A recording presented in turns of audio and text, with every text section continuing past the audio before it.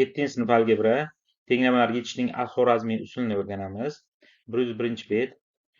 Xo'sh, bu al-Xorazmiy biz bilamizki, necha sig'at tenglamalarga yechishning usullarini yurtdoshimiz buyuk matematik olim Muhammad ibn Muso al-Xorazmiyning kitob al-Muxtasar fi hisob al-jabr val muqobala, o'zbekchasi al-jabr val muqobala hisobi haqidagi qisqacha kitob asarida bayon qilgan. Ya'ni biz aslida bu usullarni qo'llab yuribmiz yechishda. Lekin shuni 1000 yil oldin o'zimiz vatandoshimiz shuni o'ylab topgan. Endi bu yerda al-jabr musbat hadlarni tiklash, ya'ni ana tenglamani bu tomonga o'tkazishda har bir hadlarni plus minus bo'lib o'tadi, minus plus bo'lib o'tadi. Ana shu al-jabr ma'nosi shu. Val muqobalachi ikkala tomondan bir xil hadlarni tashlab tushib yuborsak bo'ladi, to'g'rimi? Ya'ni muqobil hadlarni tashlab yuborsak bo'ladi. Shuni bildiradi. Kitobning oti ham shu. Mana o'zi misol ko'raylik. Xo'sh, ana misolda qarang. 7x minus 4 teng 3x plus 12. Biz nima qilardik?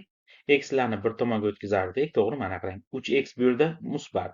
Bu tomonga manfiy bo'lib o'tadi. Ana ko'ryapmiz? Ana aljabrning ma'nosi shu ana. Bu yerdagi minus 4 esa bu manfiy, to'g'rimi? Bu tomonga plus bo'lib o'tadi. Ana plus 4. E'tibor bering. Tenglikni bu tomonga. Bu ham xuddi shunday. Demak, aljabr ma'nosi shu ekan. Ikkinchisi, val muqobalaning ma'nosi nima? Masalan, shu tenglama berilgan bo'lsa, bu yerda 11x minus 7 bu tomonda ham bor, 11x minus 7 bu tomonda ham bor. Ikkala tomondan bir xil bu xlik bo'ladimi yoki ozod had bo'ladimi? Tashlab yuborsak bo'ladi bir xil narsani, to'g'rimi? Ana shu, ya'ni muqobil hadlarni tashlab yuborish degani. Kitobning ma'nosi shu edi, demak. 7-sinf algebra tenglamalarga yechishning al-Xorazmiy usuli mavzusi 101-bet, birinchi mashq. Ildizi minus 3 ga teng bo'lgan tenglamalarni toping deyapti. Demak, bir boshdan yechib chiqaylik. Bu yerda ikkala tomonni minus 3 ga bo'lsak, x teng minus 1 taqsim 3 bo'ladi. Demak, bu bo'lolmaydi, to'g'rimi? Minus 3 emas. Ildizi. Ikkinchisi, demak, bu 2x teng bu tomonga plus bo'lib o'tadi. 7 dan 13 ni ayirsak, minus 6 bo'ladi, to'g'rimi? 2x teng minus 6. Ikkala tomonni 2 ga bo'lib yuborsak, x teng minus 3 bo'ladi. Demak, minus 3, to'g'rimi bu? Bu minus 3 bo'ldi. Bu ikkinchisi qanoatlantirar ekan shartni. Uchinchisi, buni ikkala tomonni 3 ga ko'paytirsak, bu 3 qisqarib ketadi, x teng minus 3 bo'ladi. Bu ham demak minus 3 bo'ladi, to'g'rimi? Ildizi. Endi 4-ni yechaylik. Qavsni ochsak 5x bo'ladi. 5x minus 5 kira 2 10 plus 1 teng 4x. Endi 4x bu tomonga minus bo'lib o'tsa, 5x dan 4x ni ayirsak, x teng bu minus 10 plus 1 minus 9 bo'ladi. Bu tomonga plus 9 bo'lib o'tadi. Endi x teng 9 bo'ladi. Demak, bu minus 3 emas yechimi, to'g'rimi? Endi bu yerda al-Xorazmiy usulini qo'lladikmi? Qo'lladik. Nimaga? Ana bu tomonga o'tkazganimizdan masalan minus plus bo'lib o'tdi. Tushundingmi? Ana shu al-Xorazmiy usuli edi. Ikkala tomonni xuddi ko'paytirsak, ana bitta songa ko'paytirdik-ku. O'sha ham shunga to'g'ri kelaveradi. Ya'ni tenglamani ikkala tomoniga bir xil o'zgarish qilib bilamiz va tengligi o'zgarmaydi. Faqat to'q mashqlar YouTube'dagi Hikmat kanaliga va Telegramdagi Algebra 7 yechim kanaliga qo'yib boriladi. Agar siz juft plus toq, ya'ni to'liq kitob yechimini xohlasangiz, Telegramdagi pullik kanalga ulanishni maslahat beramiz. 1 yillik obuna narxi bazaviy hisoblash miqdorining yarmiga teng. 2025-yil holatida bu 206 mingni tashkil qiladi. 1 yilga 206 ming. Agar siz oylik ulanishni xohlasangiz, 1 oyga bazaviy hisoblash miqdorining 10 dan 1 ga teng. 2025-yil holatida bu 41.200 so'mni tashkil qiladi. 1 oyga 41.200. Bog'lanish uchun Telegramda quyidagi adresga yozing. 7-sinf algebra tenglamalarga yechishning al-Xorazmiy usuli mavzusi 101-bet, 3-mashq. Xo'sh, shu sonlardan qaysi biri ana shu tenglamaning ildizi deyapti. Endi asli har birini qo'yib ko'rishimiz kerakda, ana bunisi bo'lar ekan deyishimiz kerak, lekin undan ko'ra buni yechish osonroq, to'g'rimi? Xo'sh, ana bu minus 4x bu tomonga plus bo'lib o'tadi, to'g'rimi? Plus bo'lsa 5 ga 4 ni qo'ysak 9x chap tomonda bo'ladi. Bu yilgi 7 pluslikmi? Bu tomonga minus bo'lib o'tadi. Demak, ikkalasi ana bu minus 15 ham minuslik, bu ham minuslik bo'ladi. Ikkalasi qo'shiladi, minus 72 bo'ladi. Ikkala tomonni 9 ga bo'lib yuborsak, x teng minus 8 bo'ladi. Xo'sh, qaysi bo'lar ekan? Ana minus 8 bo'ladi. Demak, buni javobi ana bu bo'lar ekan ana. Bo'ldi, tamom. 7-sinf algebra tenglamalarga yechishning algoritmiy usuli mavzusi 102-bet 5-mashq. Berilgan tenglamalardan chiziqli tenglamalarni aniqlang hamda undagi a va b koeffitsiyentlarini ayting deyapti. Chiziqli tenglama qanday edi? Ax teng b ko'rinishiga keltirib mumkin bo'lgan tenglama edi, to'g'rimi? Ya'ni darajasi bu yerda 1. Shundan chiziqliligini bilardik. Bu yerda hammasi chiziqli deyapti. E'tibor bering. X. Hammasi darajasi 1, lekin bu ana 8-inchisi bu chiziqli tenglama emas. Nimaga? Chunki bu ana mahrajda kelyapti. Buni ikkilar tomoni x ga ko'paytirib yuborsak, bu 4x kvadrat bo'lib qoladi. 4x kvadrat teng 1 bo'lib qoladi. Bu chiziqli emas. Demak, qolgan hammasi o'zi shu nimaga ko'rinishga keladi. O'zi shu ko'rinishda yozilgan hatto. Faqat a ana bu yerda oldidagi koeffitsient, b ana o'ng tomondagi izohat, shuni yozib chiqishimiz kerak xolos. Demak, birinchisida a 2 ga teng ana, b -7 ga teng.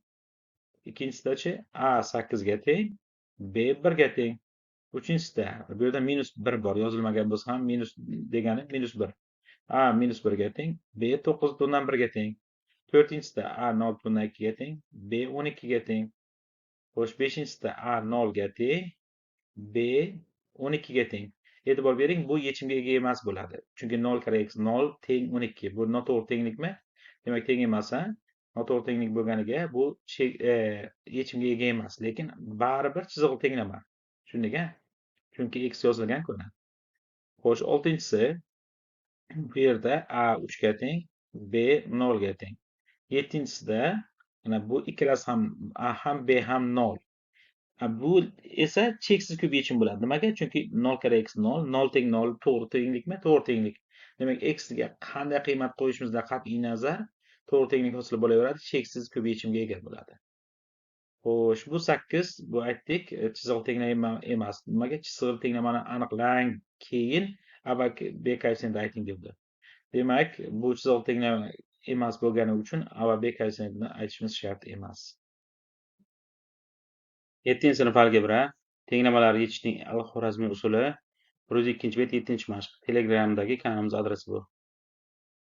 Xo'sh, berilgan tenglamalar orasida shu tenglamaga teng kuchlisini aniqlang deyapti. Buni avval o'zini yechaylik. Qarang, bu x, bu -2x. -2x bu tomonga o'tsa, plus bo'lib o'tadi. X ga 2x ni qo'shsak, 3x chapda. Bu -2 bu tomonga o'tsa, plus bo'lib o'tadi. 2 ga 3 ni qo'shsak, 5 bo'ladi. Buni yechsak, x teng 5/3 bo'ladi. Bu shart emas. Agar shu holatga kelsa bular teng kuchli bo'laveradi. Teng kuchli qachon bo'ladi? Javobi bir xil bo'lsa yoki o'ziga kelsa. O'zi kelgandan keyin javobi ham bir xil bo'ladi. Xo'sh, birinchisidan boshlab yechamiz. Demak, -2x buni bu tomonga o'tsak 3x bo'ladi. -3 bu tomonga o'tkazsak plus bo'lib o'tadi. Demak, bunda 3x teng 5 bo'ladi, to'g'rimi? 3x bu tomonda, 5 bu tomonda, farqi yo'q qaysi tomonda bo'lishini, muhimi teng. Demak, teng kuchli ekan birinchisi. Ikkinchisi, xo'sh, ikkinchisida ochib chiqamiz. 5x - 10, 5x - 10 bu 15 - 10x. Endi 10x bu tomonga o'tsa plus bo'lib o'tadi. Shunda 15x bo'ladi. 10 bu tomonga o'tsa plus bo'lib o'tadi, 25 bo'ladi. Ikkala tomonni 5 ga bo'lib yuborsak, 3x teng 5 bo'ladi. Bu ham mana shunga teng kuchli, shuni o'zi. Demak, bu ham teng kuchli bo'ladi. Endi uchinchisi. Bu ikkala tomonda ham 4 ga bo'lingan. Ya'ni 4 ga ko'paytirib yuborsak, bular yo'q bo'lib ketadi. Ya'ni yo'q deb o'ylasak ham bo'ladi, faqat yuqori qismi bor. Demak, x - 2, 3 - 2x. Shuni o'zi aslida e'tibor beringlar. X - 2, 3 - 2x. Ya'ni bu ham teng kuchli bo'ladi. Tushundik-a? Agar buni yana ixchamlaydigan bo'lsak, bu tomonga o'tkazsak, yana 2x bu tomonga plus bo'lib o'tadi, 3x bo'ladi. Bu 2 bu tomonga o'tsa 5 bo'ladi qo'shilib. Ya'ni bu ham teng kuchli bo'ldi. Endi to'rtinchisi, x dan 2x ni ayirsak -x bo'ladi, 3 dan 2 ni ayirsak -1. Ikkala tomonni -1 ga ko'paytirib yuborsak, x teng 1 bo'ladi. Bu teng kuchli emas. Chunki ana bunda javob x teng 5/3 edi-ku, to'g'rimi? Demak, bunisi teng kuchli emas ekan. O'zingiz ham shu tenglamaga teng kuchli ikkita tenglama o'ylab toping degan ekan. Bu tenglamani ixchamlab, bu tenglamaga keltirgan edik, to'g'rimi? Endi shuni ikkala tomoniga birorta son qo'shsak ham shunga teng kuchli tenglama hosil bo'ladi. Masalan, mana 10 ni qo'shaylik. Mana bu 3x + 10 bo'ladi, teng bu 15 bo'ladi. Ana shu tenglama, ana shu tenglamaga teng kuchli. Nimaga? Chunki buni yechsak, ana bunga keladi, buni o'zi shunga teng kuchli. Ya'ni shuni o'zi. Yoki bo'lmasa, Buni ikkala tomonni birorta songa ko'paytiraylik. Keling 7 ga ko'paytiraylik. Bu shunda 21x bo'ladi. Bu 35 bo'ladi. Bu ham bitta tenglama, shunga teng kuchli. Endi ham ko'paytiraylik, ham qo'shaylik yoki ayiraylik. Masalan, 2 ni ayiraylik keling. Ana bundan ikkala tomondan ayirsak, ana bu 21 minus 2 teng bu 33 bo'ladi. Ana shu tenglama ham demak shunga teng kuchli bo'ladi. 7-sinf algebra tenglamalar yechishning al-Xorazmiy usuli mavzusi 102 bet 9-mashq. Telegramda kanalimiz adresi bu. Shunday chiziqli tenglama tuzingki, noma'lumning ixtiyoriy qiymati uning ildizi bo'lsin deyapti. Ya'ni cheksiz ko'p yechimga ega bo'lsin deyapti. Cheksiz ko'p yechimga ega bo'lish uchun nima bo'lish kerak edi? To'g'ri tenglik hosil bo'lish kerak edi. 0 teng 0 dan boshlaylik, ana eng oddiysi. Endi nima qilamiz? Ikkala tomonga xohlagan birorta son qo'shaylik. Keling, 5 qo'shdik. Demak, bu 5 teng 5. Aslida ixtiyoriy tenglikdan boshlang deganda shundan boshlasak ham bo'laverardi. Endi eng bazaviy usuldan boshladik, 0 teng 0 dan. Endi nima qilamiz? Ikkala tomoniga x lik bironta son qo'shaylik. Harfiy ifoda, ya'ni 7x ni qo'shdik. Qarang, 7x bu tomonga ham qo'shdik, bu tomonga ham qo'shdik. Endi ana bu 7x ni 2x plus 5x deb yozaylik. Endi bir chiroyliroq holatga keltirish kerakda, yaqqol ko'rinadigan bo'lmasligi kerak. Endi ana 5 ni qavsdan tashqariga chiqaraylik ana bu yerda. X plus 1 ana. Endi yaqqol ko'rinmayapti-ku. Endi ikkala tomondan soni ayiraylik. 7 ni ayiraylik masalan. Bu yerdan 7 ni ayiraylik. Bu ana 5 dan 7 minus bo'ladi bu. Bu yerdan 7 ni ayiraylik. Chiroyli tenglama hosil bo'ldi. Xohlasak yana davom ettirib, yana murakkablashtirsak ham bo'ladi. Yana hozirgi holatdan chiroyli bo'ldi. Demak, shuni yetsak nima bo'ladi? Teskarisiga bo'ladi. Ana shu nima ikki qilgan bo'lsak, teskarisiga keladi, to'g'ri tenglik hosil bo'ladi va bu cheksiz ko'p yechimga ega bo'ladi. 7-sinf algebra tenglamalar yechishning al-Xorazmiy usul mavzusi 102 bet 11-mashq. Telegramda kanalimiz adresi bu. Tenglamani yeching deyapti. Bu tenglamalar oson, shunga og'zaki yechamiz. Qarang. 21 ni bu tomonga o'tkazsak, plus bo'lib o'tadi va ikki tomonni 7 ga bo'lib yuborsak, shunda x teng 3 bo'ladi, to'g'rimi? Tekshirib ko'rishimiz mumkin. 3 ga qo'ysak x ning joyiga 3 kare 7 21, 21 dan 21 ayirsak 0 chiqadi. Ikkinchisi, 36 bu tomonga minus bo'lib o'tadi. Ikki tomon 10 ga bo'lib yuborsak, x teng minus 3,6 bo'ladi. Tekshirib ko'rsak, 10 kare minus 3,6 minus 36, minus 36 plus 36 0 bo'ladi. Xo'sh, uchinchisi, x ni bu tomonga o'tkazsak, x teng 8 bo'lib qoladi. Xo'sh, to'rtinchisi, 3x ni bu tomonga o'tkazsak, 3x teng 15, 3 ga bo'lib yuborsak, ikkala tomonni x teng 5 bo'lib qoladi. Xo'sh, beshinchisi, bu tomonga o'tkazsak 18 bo'ladi. Plus bo'lib o'tadi, 18 bo'ladi. Ikki tomonni 9 ga bo'lib yuborsak, x teng 2 bo'ladi. Endi oltinchisi, bu tomonga 22 ni bu tomonga o'tkazsak minus bo'lib o'tadi. 19 dan 22 ni ayirsak minus 3. Ikkala tomonni minus 3 ga bo'lib yuborsak, x teng 1 bo'ladi. 7-sinf algebra tenglamalar yechishning al-Xorazmiy usul mavzusi 102 bet 13-mashq. Telegramda kanalimiz adresi bu. X ning qanday qiymatida 8 minus 0,1 x ifodaning qiymati minus 1 ga, 0 ga va 8 ga teng bo'ladi deyapti. Bu nima degani? Buni yechish uchun, ya'ni ana shu minus 1 ga qachon teng bo'lishini bilish uchun shuni yozamiz xolos, tenglama tuzamiz. Ya'ni 8 minus 0,1 x teng minus 1 deymiz.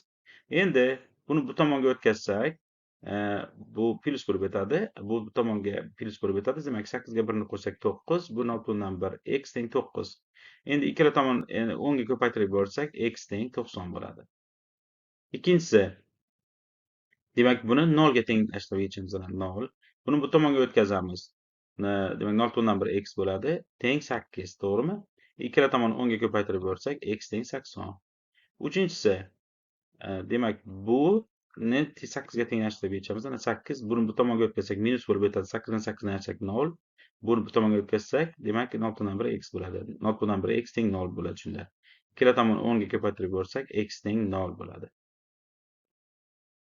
7-sinf algebra tenglamalar yechishning al-Xorazmiy usuli mavzusi 103 bet 15-mashq. Telegramda kanalimiz adresi bu. X ning qanday qiymatida quyidagi ifodalar teng qiymatni qabul qiladi deyapti. Ya'ni x ni qanday qiymatda ana bu ifoda va ana bu ifoda teng bo'ladi qiymati. Buni topish uchun ikkalasini tenglashtirib tenglama tuzamiz xolos. Ya'ni ana 1/8 x minus 5 teng 0,6 x plus 1 deb yozamiz. Endi yechamiz buni. Bu tomonga minus bo'lib o'tsa, ayirsak 1/8 dan 0,6 ni ayirsak 1/2 x. Bu 5 bu tomonga plus bo'lib o'tadi. 5 ga 1 ni qo'ysak 6.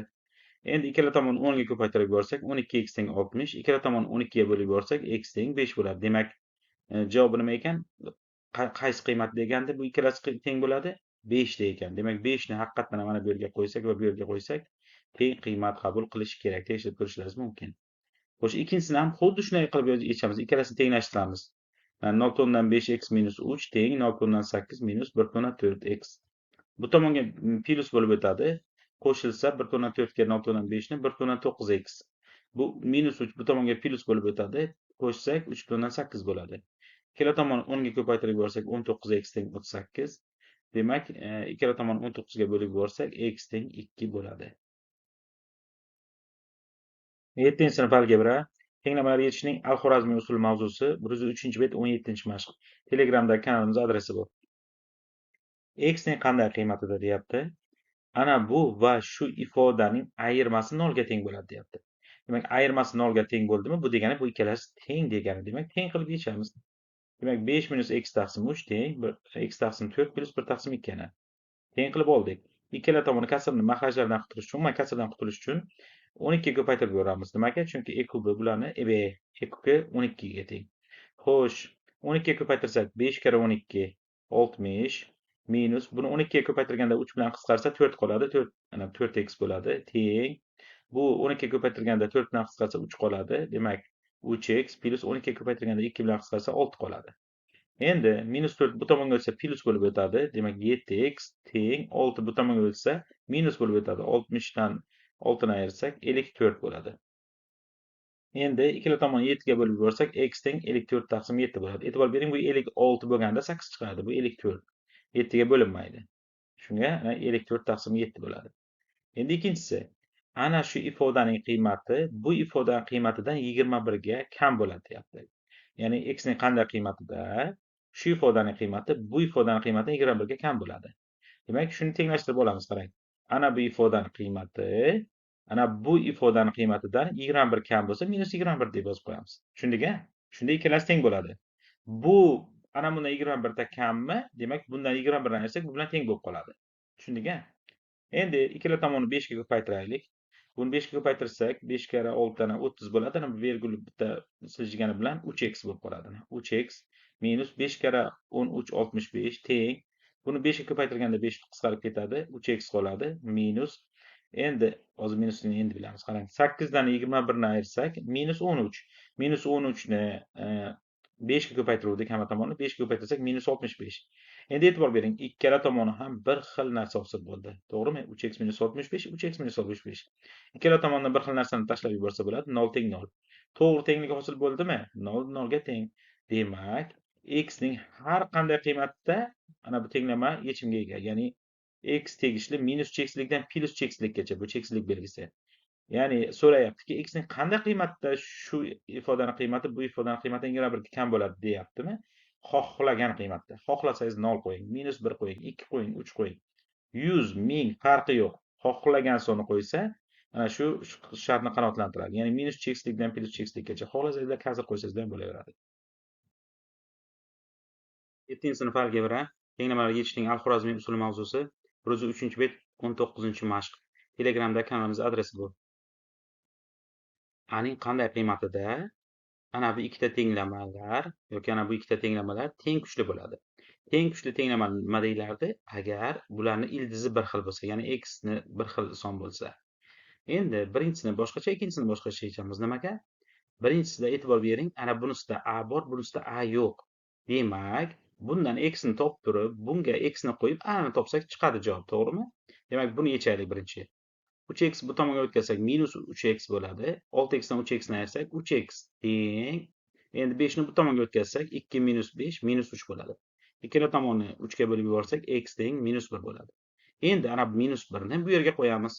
Minus 1 chunki a ni topishimiz kerak-da. Bu demak, bu yerga qo'ysak minus 5 minus a teng ana bu minus 2 minus 2.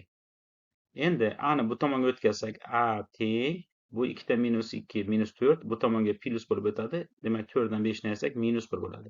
Demak birinchisining javobi minus 1 ekan.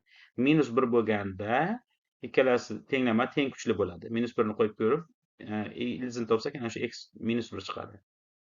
Ikkalasidan ham. Xo'sh, endi ikkinchisiga e'tibor beramiz. Ikkinchisida ikkalasidan ham a bor. Endi nima qilamiz? Bular teng kuchli bo'lishi uchun ikkalasida ham x teng bo'lishi kerak.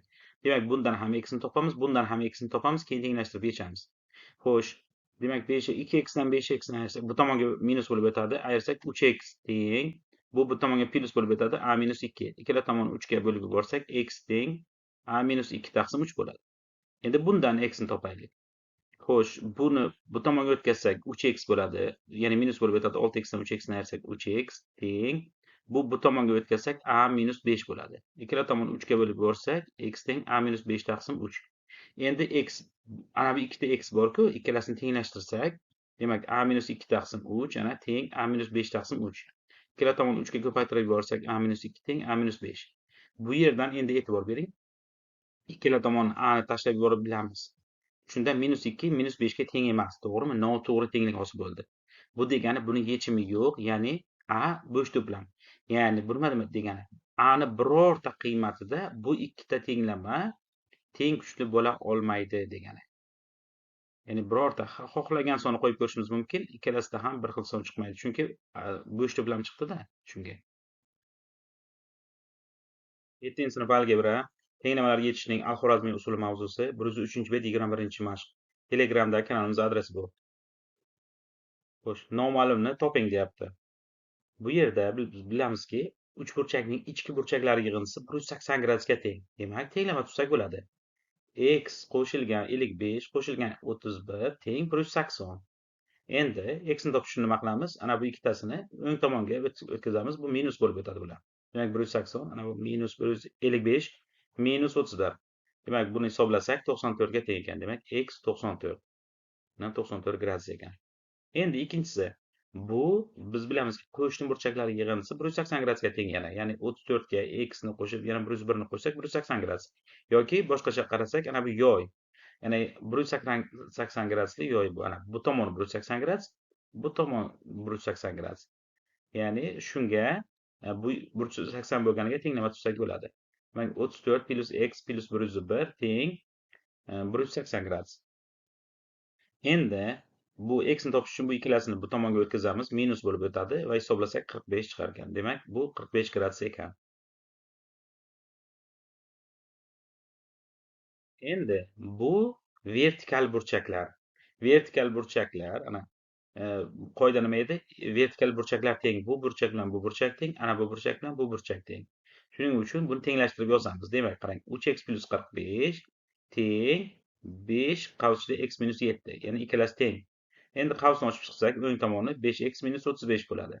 Endi ana 3x ni bu tomonga o'tkazsak minus bo'lib o'tadi. Demak, 5x dan 3x ni ayirsak 2x teng. Endi buni bu tomonga o'tkazsak, qo'shib plus bo'lib o'tadi, chunki bu minus. Qo'shilganda 80 bo'ladi. Demak, ikkala tomonni 2 ga bo'lib yuborsak, x teng 40 ekan. Endi bu yerda 40x ni faqat topdik, burchaklarni topmadik. Bu yerda shartida faqat noma'lumni toping degan edi.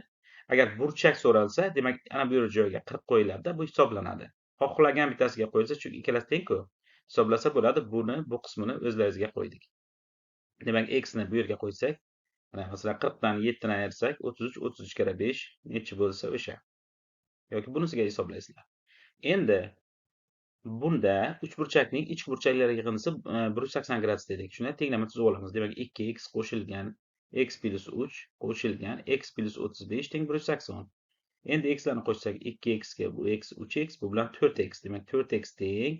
Bu ana bu ikkalasini bu tomonga o'tkazamiz. Minus bo'lib o'tadi. 180 minus 3 minus 35. Shunda 4x teng 142 bo'ladi. Ikkala tomonni 4 ga bo'lib yuborsak, x teng 35,5 ekan. Yana bu yerda x ni topdik, chunki noma'lumni toping deganda bu yerda x noma'lum. Endi bizga agar burchak kerak bo'lsa, o'sha 35,5 ni bu yerga qo'yamiz. Masalan, buni qo'ysak 38,5 bo'ladi. Bu yerga 35,5 ni 2 ga ko'paytirsak 71 bo'ladi. Bu yerga qo'ysakchi, demak 70,5 bo'lar ekan. Mana shuni hisoblab chiqarsak bo'ladi. X ni joyiga shuni qo'yib turib.